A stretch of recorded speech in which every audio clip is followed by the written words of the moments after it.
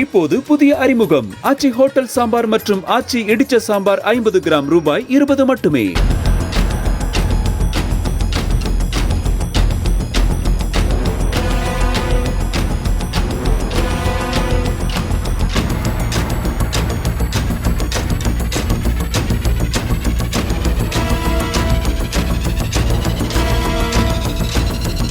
கள்ளக்குறிச்சி மாவட்டம் சின்னசேலத்தில் நடிகர் விஜயின் பிறந்தநாள் வாழ்த்து பேனர் சரிந்து சாலையில் நடந்து சென்று கொண்டிருந்த 10 வயது சிறுவன் மீது விழுந்தது.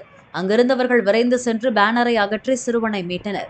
நிகழ்ச்சி முடிந்த பின்னரும் அகற்றப்படாமல் இருந்த பேனர் காற்றின் வேகத்தில் சாய்ந்து விழுந்ததாக கூறப்படுகிறது.